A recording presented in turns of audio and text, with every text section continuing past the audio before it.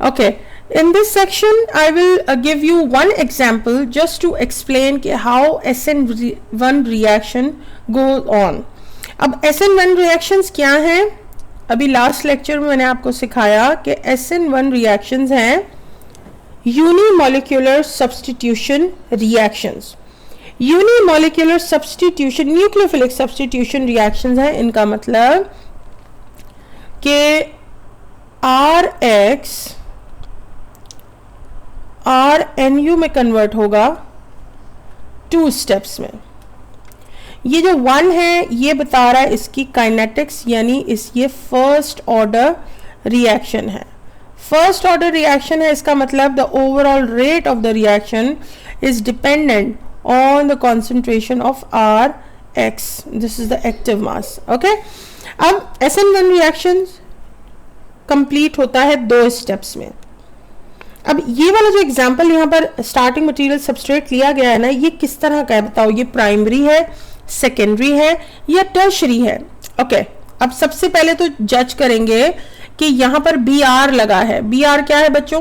Halogen है, यानी ये कोई एल्काइल हैलाइड का मॉलिक्यूल है. अब Br जिस कार्बन पे अटैच है, just count how many alkyl groups are attached there. 1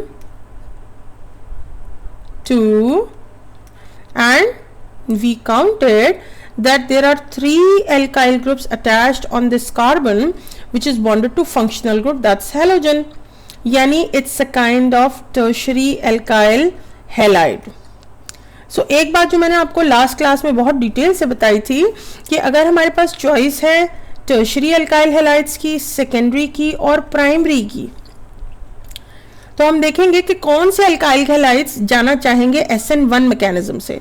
तो स्टेप नंबर 1 में हमने देखा था कि RX बनाता है R पॉजिटिव, जिसको हम कहते हैं कार्बोकैटाइन.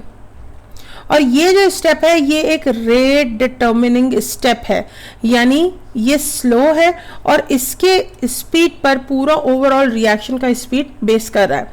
तो as the carbocations formed from tertiary alkyl halides are the most stable, so they would prefer to go via SN1 mechanism. Why? Because 3 alkyl groups are attached here and these alkyl groups are a bit electron donating in nature, and their donation of electrons minimizes the deficiency of electrons. Okay, now we see if we write this equation again, I write bromine here, CH3 and CH3. Step number 1 में जब इसने carbocation ने बनना है, okay, I erase it for you so that I can write it for you again. Okay बच्चों, अब first step में जो कि रेट डिटर्मिनिंग स्टेप है, कार्बोकैटाइन ने बनना है. तो कार्बोकैटाइन ने क्या करना है? अगर जितना ज़्यादा कार्बोकैटाइन हमारा स्टेबल होगा उतना ज़्यादा, like this carbon is with a deficiency and it is attached to 3 methyl groups like this. चलें जी, प्लस ब्रोमीन अपना इलेक्ट्रॉन पेयर लेकर चला गया है. ठीक है, अब जितना ज्यादा ये कार्बोकैटाइन स्टेबल होगा उतना ज्यादा ये बैकवर्ड नहीं जाएगा. तो इसकी स्टेबिलिटी मतलब मीडियम में ये एग्जिस्ट करेगा. जब ये मीडियम में ज्यादा टाइम के लिए एग्जिस्ट करेगा तो सेकेंड स्टेप में इस कार्बोकैटाइन पर अटैक करेगा न्यूक्लियोफाइल OH नेगेटिव इस रिएक्शन के हवाले से. तो फास्ट रिएक्शन होगा और फौरन प्रोडक्ट बनेगा दोबारा like this. 3 methyls are already attached there, so here we get the final product. So this is how the stability of carbocation is supporting the second step, which is fast.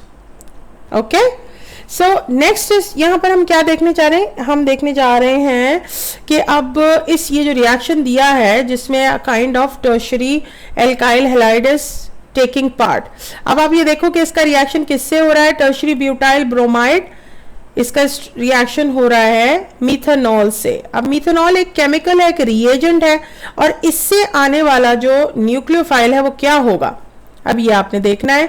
Finally मुझे जो overall reaction नजर आ रहा है उसमें Br replace हो रहा है OCH3 से। ओके, सो यानी इसका जो डिसोसिएशन है वो कुछ इस तरह से हुआ है। अब मैं आपको बताती हूँ। Okay, so how you are going to study in the overall reaction that this bromine is replaced by this methoxy group. This is the methoxy group. Okay, this is methanol. Methanol is reacting as a reagent, और आपको पता है ये एक solvent भी है। So इस reaction में solvent ही react कर रहा है और यहाँ से bond टूटना है, ये है आपका न्यूक्लियोफाइल मिथॉक्सी ग्रुप, और ये जो H प्लस रिलीज हुआ है ना, ये इस ब्रोमीन के साथ रिएक्ट करके बनाता है by product HBr, and this reaction is involving the replacement of this bromine with a more nucleophilic, stronger nucleophilic reagent methoxy group.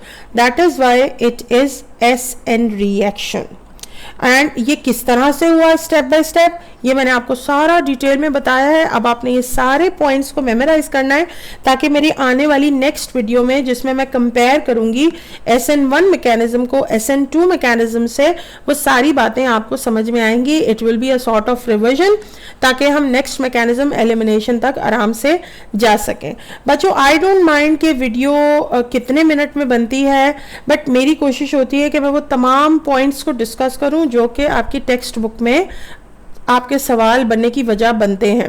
तो जितना भी, वैसे भी डेली आपका 40 मिनट्स का क्लास होता है, और अगर आप 40 मिनट्स का भी डेली अंडरस्टैंडिंग ले रहे हैं और उसको रिटेन कर रहे हैं, उसको मेमोराइज कर रहे हैं, उसको समझ रहे हैं, तो मेरे हिसाब से आपकी स्टडीज़ की जो स्पीड है वो satisfactory है। and I am very much upset with the boys section because boys hardly watch the lesson and they are not dependent on the any sort of online teaching which is done by the staff of La Salle College. Okay, I'm leaving you with the hope that this video is really helpful in covering up the chemistry course. Thank you and wait for my next video.